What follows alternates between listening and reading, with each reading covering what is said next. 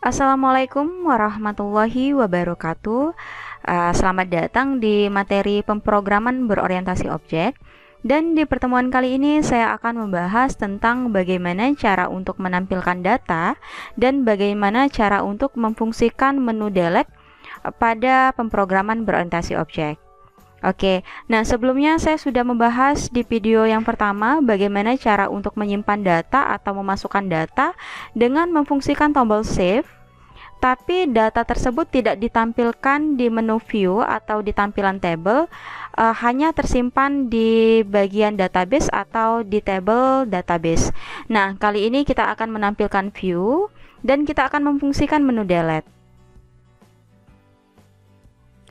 Oke, contohnya saya akan memasukkan data di tampilan view untuk aplikasi ya. Jadi saya masukkan data, saya pilih save. Data tersebut akan muncul secara otomatis ya di bagian load table. Jadi pertama kali kita akan memfungsikan bagian load table yang akan muncul di bagian depan atau di bagian tabelnya, dan berikutnya pada saat data tersebut saya masukkan, maka coding akan menghapus data di bagian form. Jadi isi dari form secara otomatis akan kosong pada saat kita melakukan pengisian data. Oke, kita akan masuk di langkah pertama ya. Jadi kita akan memfungsikan ada coding select atau untuk menampilkan data. Nah, bagaimanakah caranya? Jadi yang pertama saya sudah membagi beberapa bagian coding. Jadi saya akan memfungsikan menu atau method load table ya. Jadi load table ini berfungsi untuk menampung atau menjalankan perintah sesuai dengan perintah select ya. Dan berikutnya kita akan membuat metode dengan nama kosong ya. Jadi kosong ini berfungsi pada saat data yang kita masukkan di form, maka data tersebut secara otomatis akan muncul di bagian JTable dan data yang ada di form tadi akan dikosongkan. Oke, jadi yang pertama kita lihat ya, ini coding yang pertama. Di bagian coding yang pertama, oke. Jadi saya masukkan load table ya, load underscore table untuk penamaan metodenya, dan saya masukkan kosong ya untuk metode yang kedua, dan saya tempatkan di bagian public mahasiswa. Jadi sebelumnya tampilannya hanya seperti ini ya. Oke. Nah, berikutnya saya masukkan dua metode tersebut di bagian public mahasiswa. Ini masih error karena metodenya belum kita buat ya. Nah, langkah berikutnya perhatikan di bagian coding yang kedua, di bagian coding select, saya akan membuat metode yang baru dengan nama sama dengan bagian yang sudah kita buat sebelumnya. Jadi ada load table, berikutnya ada bagian kosong ya. Oke, ada metode dengan nama kosong. Jadi untuk contoh berikutnya, coding tersebut dari bagian private void kosong, ini ya sampai sini codingnya. Dan coding yang kedua ya, coding kedua private void load underscore table, ini juga metode yang kedua. Ini saya ambil codingnya. Oke. Ini ya. Sampai coding paling bawah. Untuk source coding akan saya tampilkan di bagian deskripsi ya. Jadi ada dua coding berikut. Ini saya ambil dan akan saya tempatkan, kita buat penggunaan metode yang baru. Jadi perhatikan, untuk load table, kalau kita lihat ya, ini bagian load table. Load table berisi perintah untuk menampilkan data. Jadi perintah untuk menampilkan data adalah perintah select. Jadi select bintang from nama tabelnya. Oke. Nah, sampai tampilan bawah untuk coding ini saya ambil, saya copy dan saya pindahkan di bagian source dari coding mahasiswa. Jadi bagaimanakah cara penempatannya?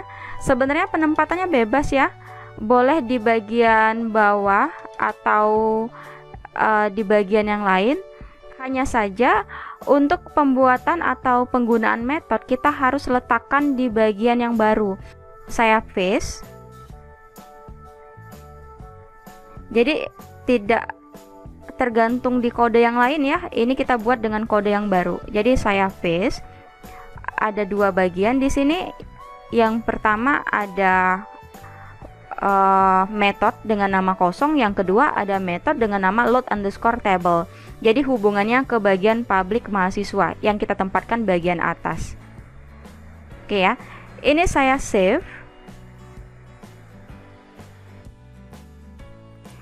Oke, jadi kode yang tadi sudah saya tempatkan di bagian bawah dari public mahasiswa ya.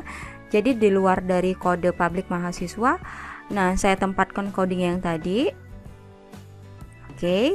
Nah, langkah berikutnya adalah kita lihat ya. Nih. Langkah berikutnya kita akan memfungsikan kode yang ketiga. Jadi untuk kode yang ketiga ada perintah yang akan kita masukkan di dalam JTable. Jadi data tersebut berfungsi untuk menampilkan masing-masing data untuk setiap kolomnya. Oke, jadi caranya seperti apa? Data berikut akan saya copy ya. Oke. Dan saya tempatkan di bagian JTable. Kalau kita lihat ya untuk JTable-nya, saya menuju ke bagian desain. Ini untuk JTable. Jadi coding tersebut akan kita masukkan per masing-masing kolomnya. Nah, caranya seperti apa? Caranya saya pilih klik kanan. Saya pilih event, mouse, dan saya pilih mouse click. Ya, ini sudah saya coba sebelumnya, jadi berubah warna menjadi lebih tebal ya. Oke, jadi kalau saya pilih mouse click, ini bagian yang sudah saya pilih. Jadi mouse atau kursor secara otomatis akan memfungsikan di bagian mana yang seharusnya kita tempatkan untuk codingnya. Jadi coding yang tadi saya pindahkan di bagian tengah ya. Oke, saya pindahkan di bagian tengah. Oke.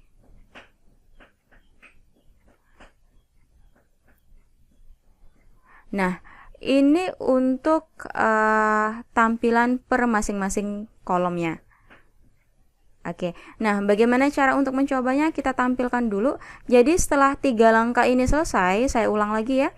Jadi langkah yang pertama yang perlu diperhatikan, kita membuat metode baru dengan nama load_table dan kosong. Berikutnya, metode tersebut kita buat di bagian bawah ya. Jadi ini saya copy codingnya sampai dengan perintah select. Dan langkah yang ketiga, kita tempatkan coding berikut di bagian mouse click. Oke ya, nah berarti pada saat saya run file hasilnya,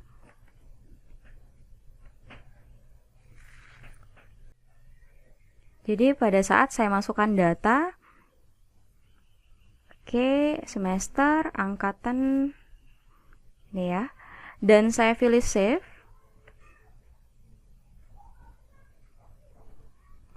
Ini fungsi dari load table ya, data secara otomatis langsung masuk, dan ini fungsi dari kosong. Jadi apa yang kita masukkan tadi akan dikosongkan atau dihapus secara otomatis. Dan sebelumnya kita bisa melihat ya di bagian kode, saya kembali ke source. Jadi di bagian kode kita bisa melihat bagian insert ya. Jadi sebelumnya kita sudah memasukkan data dengan memfungsikan perintah insert. Oke, berarti di bagian bawah. Oke ya. Nah, di bagian insert load dan kosong ya. Sudah kita masukkan, hanya saja saya kasih komentar, jadi tidak berfungsi di sini. Nah, karena metodenya sudah kita gunakan, artinya bisa dibuang untuk komentarnya. Jadi kita langsung fungsikan dua metode tersebut ya. Dan langkah terakhir dari tahapan berikut ya, kita akan memfungsikan menu delete. Jadi caranya seperti apa? Saya ambil button ya. saya ambil button untuk bagian delete, dan saya ganti untuk penamaan button ya. Jadi bisa diganti dengan cara kita pilih edit text. Saya buat delete di sini, dan kita fungsikan menu delete dengan cara kita akan mengambil coding delete.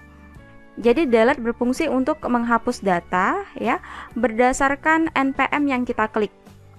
Jadi saya ambil codingnya ya dari bagian atas sampai dengan bagian bawah ya, dan akan kita fungsikan dua metode tadi juga. Jadi ada load underscore table dan metode dengan nama kosong.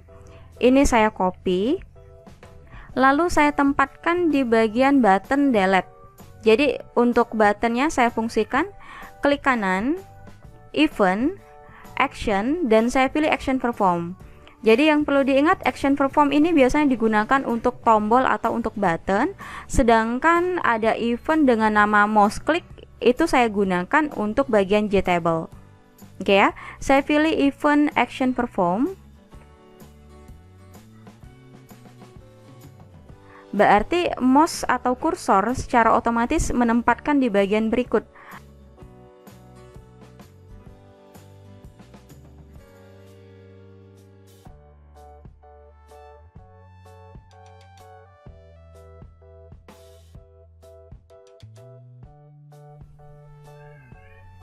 Oke, nah ini merupakan hasil akhir dari coding dengan tahapan berikut ya. Jadi untuk menghapus, saya klik ya, dan saya pilih delete.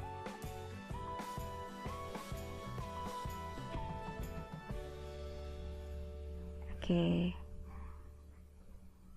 Nah, ini merupakan video kedua ya. Jadi yang pertama saya sudah membahas untuk langkah insert, yang kedua saya sudah membahas untuk langkah select dan delete, dan berikutnya saya akan menampilkan video untuk update data atau bagaimana cara untuk mengganti data.